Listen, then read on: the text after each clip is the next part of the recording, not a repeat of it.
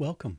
I'm Bill Wake. This is my summary of the work we did on Twitch this week. We're working on a set of tools for dulcimer players, and our focus for the last couple weeks has been the chord chart. And this week we've done several things.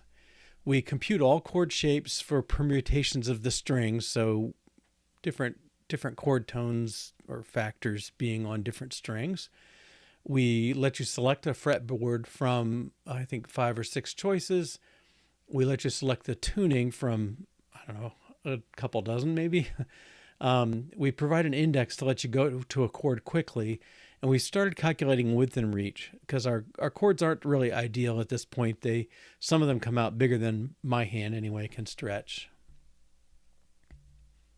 Let's see a demo and take a code walkthrough. All right, so here we are with the chord chart. This week now we do all the permutations. So 002 it's the D chord, so the D's on the bass and the A's on the middle and the F sharps over here. But we're after all the combinations of circle, square, and triangle. So another one is 2, 3, and 4, or 4, 3, and 2, or 0, 5, and 4, or 0, 4, and 5, 0, 5, 4, or 4, 5, 0. I should just read them. Okay, but anyway, we didn't have this list of all the permutations of putting the root, the third, and the fifth on all 3 strings. So there's 6 choices, basically. All right, we added the ability to select your dulcimer. So this one just has a 6.5. Let's start diatonic. Okay, has no half frets, not 1.5, not 6.5. You can do with 6.5, with 1.5, and 6.5. Okay, so you get a D minor chord because you've got an F available to you now. Okay, and then we also allow for chromatic ones. So some people use the system where they match their numbers to the diatonic board. So again, the half steps are kind of like black keys on the piano. It's kind of between the white key notes for the most part. So a normal diatonic dulcimer does 0, 1, 2, 3, 4, 5, 6, and so on. This approach says, okay, well, if there's something between 0 and 1, it must be a 0 plus. Okay, and similar for 1 plus, and so on. There's another way to do chromatics, which is just number the frets like a normal person would. And this is more similar to how a guitar does them too. But you have all these, you're basically counting half steps. Why do you have half steps versus whole steps and alternating patterns of them and all that?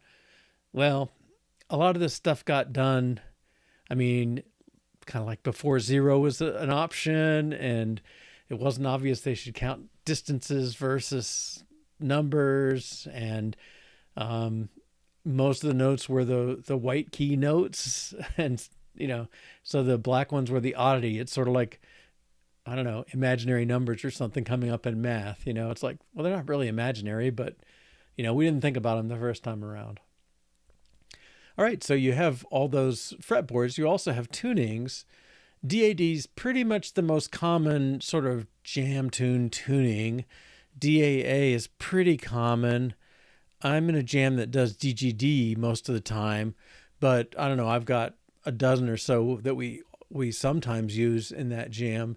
And then there are others. I have what's a baritone dulcimer is half an octave lower, or a ginger dulcimer is half an octave higher. So instead of DAD, they might do ADA or AEA. Okay, but there are a number of tunings that get used. I'll mention D F sharp A because it's the only one that's not a based on either unisons or fourths or fifths for the first 2 notes. Okay, and then another thing we do, notice the index over here. This list starts in D because DAD makes a natural D, some sort of D scale. It could be a D minor in the case of DAC or whatever, but there's some sort of D scale. If I pick most of these, they're either a fifth. The second note is a fifth higher than the first. Some of them are a fourth higher. Okay, if it's a fifth higher, that sounds very consonant and it's used as drones all the time. If it's a fourth higher, they call that a reverse tuning because the middle string actually ends up with the note that starts the scale. So we added a rule that says if you've got a middle string, if it's up a fourth, well, use the middle string for the starter note. So the DGD starts with G major and the scale over here starts with G. But almost all of them, they're usually either, well, sometimes they're unison, DDD, sometimes they're a fifth, DAD, and then you have that oddball D F sharp A tuning. Okay, but D F sharp A lets you get all the chromatic notes on a regular dulcimer, so it's got its own charms. All right, and then last thing, visible anyway, is this index that we added on the side. Sort of like in your contacts app, you've got, A, B, C, D, E, F, G to get to, the Smiths. You just tap the S and you find your Smiths. You're in the S section. And here, if you tap the letter, here's a C. So here's C, C major, C7, C minor, and so on. Then you can go forward or back or whatever's useful for you. So here's 002, fine, that's easy to reach. Then 054, well, 0 to 5 is a huge stretch, and I can't reach that chord, except the 0 means the string is left open. No finger has to play it. So 054 is very reachable. So is, 0079. Okay. But for those, so for the ones where I have to try and reach all three notes, I need to filter out the ones that can't make that reach. For ones that use an open string to get there, I might also want to try moving this up an octave. So maybe this is, instead of 054, it's 754. And that's a very reachable chord. There are people who can't quite reach that one, I'm sure, but it's not a horrible one. And actually 457 is easier to reach because your hands turn differently. But getting the 457 might fit your song better. If your song's going down, 987, you would be able to have a chord that hits that 7 note, and that's very handy. If you had to leave it open, it makes a weird jump down an octave. That's not so good. So we'll deal with that next week. I think that'll take maybe one session, maybe a little more, but we'll see. So I anticipate fixing that, and I are addressing that, and probably some cleanup. I think there's some. We made some false starts, and I'm not sure we fully got rid of the code for that. So we'll take a look at that. All right, let's see some code. All right, we'll start with the chords. So this is getting those permutations of the chords. So the factors are the notes of a chord, kind of abstractly, the root, the third, the fifth, the seventh. Okay, those are called factors. It's not a term you see very much, but it is, after diligent searching, it is the term that seems to get used when it gets talked about on those rare occasions. So if we want to find all the shapes for a chord, all the ways we can grab those notes, we're going to take the root, third, fifth, and we're first going to try the root on the bass string, and then we'll try with the third on the middle string and the fifth on the melody string. And then we'll say, well, what if we reverse those last two, do the root, the fifth, and the root, the fifth, and the third, okay?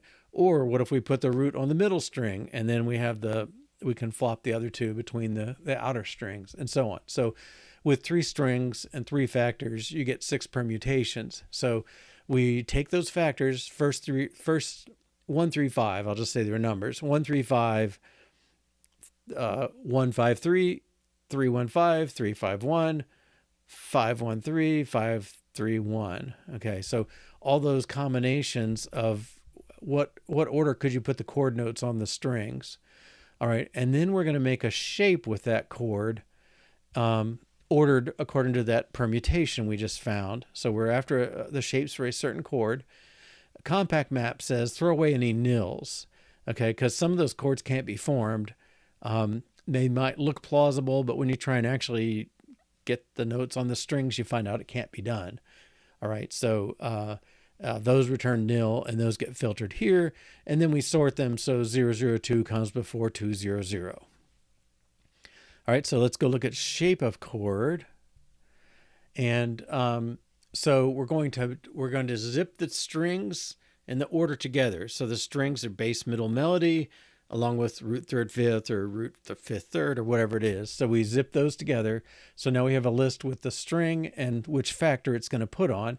And so we say, okay, fretboard, go find on that string the note that corresponds to that factor. So if it's a D chord and you got the root on the bass string, we need to find a D. Well, fret 0, the very first one, gives us a D. And we go and try and map each of those pairs, string and factor, onto the fretboard. If we find out that there's a case where somebody couldn't map their string, okay, in diatonic fretboard, there's only one G sharp. It's on the middle string. And so if we try to do an E chord, which is E, G sharp, B, and we tried to do one with the G sharp on the root, the bass string, it won't work. There's no G sharp on there to find. So if you're in chromatic tuning, well, you've got all the notes on all the strings. It's fine, but most of the diatonic ones will have chords that don't. Okay, so we filter out, and if for any of those shapes that fail, that's where the nils come in that we use the compact map to get rid of. But rather than trying to analyze them down here, we just make this thing say, I don't have a shape like that. And then otherwise we do have one, and we'll take those shapes, and I think it comes back as a set or something, and we turn it into an actual just a regular old, I guess they're nillable, and we turn them into the real thing. Okay, so we fix the type. It's either a chord shape coming back with actual shapes or actual notes, or it's a nil. Okay, so that's that one. The next one is the choosing the tuning and the fretboard. Okay, so there's a picker that sets the fretboard, and we just go through the list of fretboards, diatonic with 6, and so on, and we choose those. And if the fretboard changes, change of fretboard index, we say, recalculate the chord chart, because a different fretboard has different chords. And then tuning is very similar. There's a list of tunings, and if you select one of them and there's a change, then we go back and recompute the chord chart again. Okay. Let's do the index first. So here we put, this is the overall view. It's got the two pickers and the list of all the chords. We put a modifier on that and say, hey, we'd like a vertical index. So that's that little index on the side. And then this computes that. It says you're going to pass in some lists of strings that are the labels for things. And I'm going to make, I'm basically going to display your content underneath. Z-stack is, stacked in front of. So we put our content on the back, and then on the front, we're going to put the list of buttons. So there's a vertical stack for each button. Each entry you gave me, I generate a button with the text of that ID, and then the whole thing is stuck in a horizontal stack that kind of forces the index column over to the far right. I want to look at the chord shapes.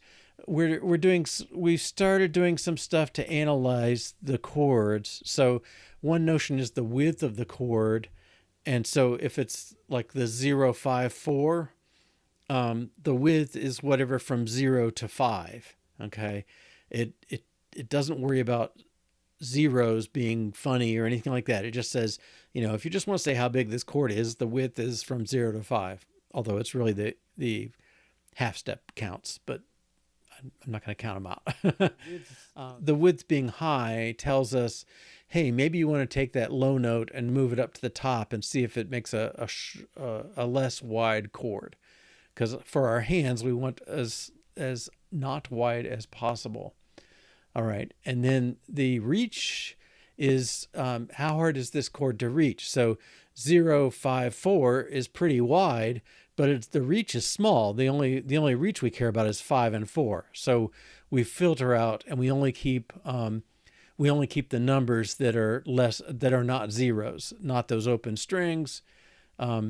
If your fretboard is empty, then you've got a zero reach. If the non-zero frets are empty, you've got zero reach. Otherwise, we take the width, but only consider the frets that aren't zeros. So the width from 0, 5, 4, the reach from 0, 5, 4 is really the width of 5, 4.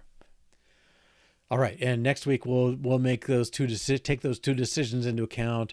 Can we rearrange the octaves to make the chord feasible, and can we publish the version if it's as open? Does it make sense to make the version with the octave as well? So one that adds chords and one that takes them away, basically.